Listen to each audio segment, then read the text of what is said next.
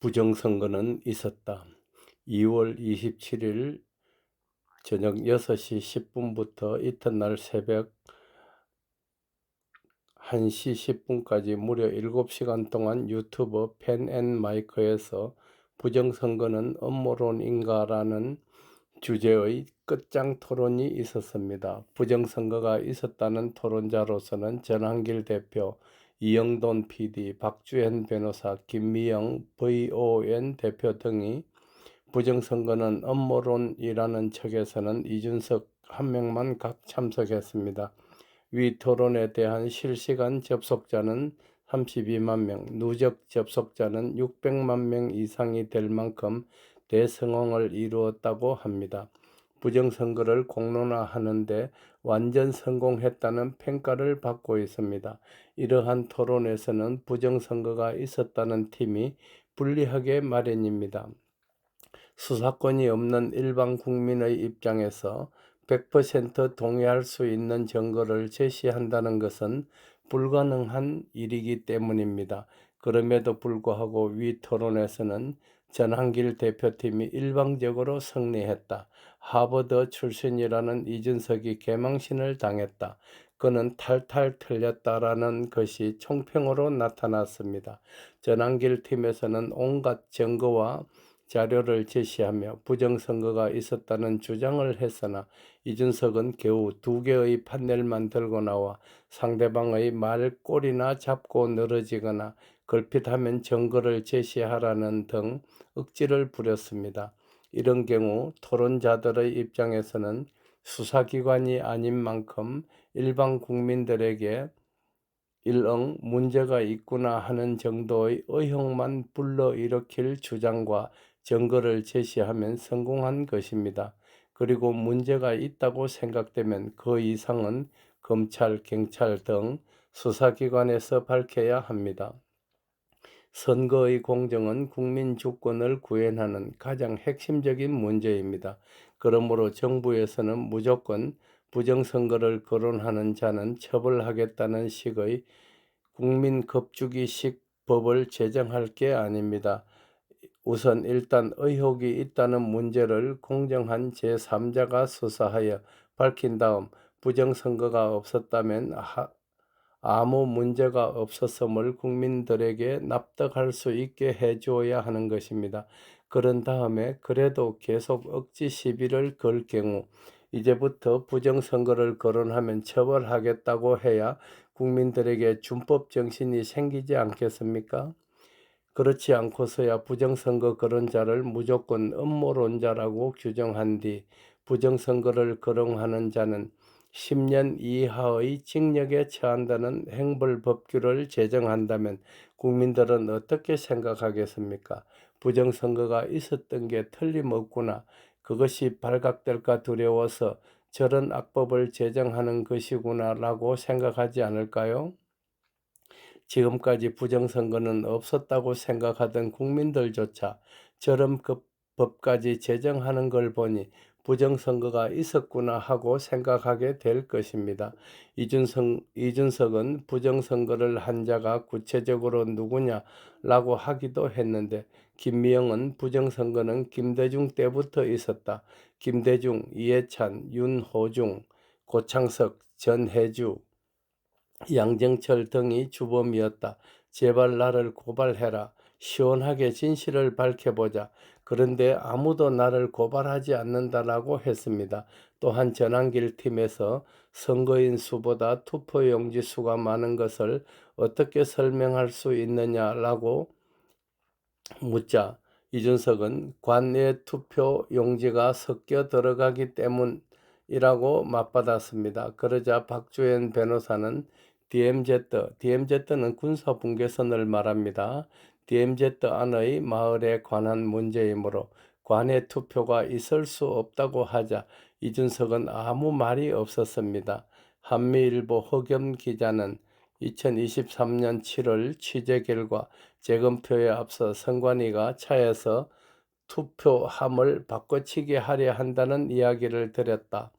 대법원 특별사무부는 의정부 지방법원 고양지원에서 2022년 11월 22일 실시된 총선 검표 중 박영호 전 미래통합당 후보의 선거무효소송 관련 재검표가 있었다. 재검표를 하는 것은 표의 집계가 잘못되었거나 부정투표용지가 유입되었는지 재조사를 하는 것이다. 그런데 고향지원과 경계인 사법연수원 담백 넘어서 재검표 시작 전에 투표함을 바꿔치기 하자는 말이 들렸다. 선관위가 투표함에 손을 댔다는 의혹이 짙다라고 했습니다.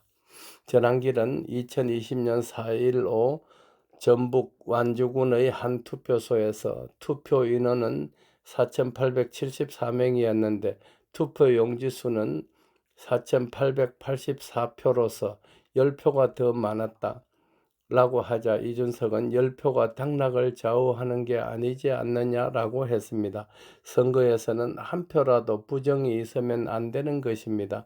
비록 밝혀진 것은 한 표뿐이지만 그 한 표의 부정이 밝혀진 것으로 보아 밝혀지지 않은 부정이 더 있을 수 있다는 의혹을 불러일으키기 때문입니다.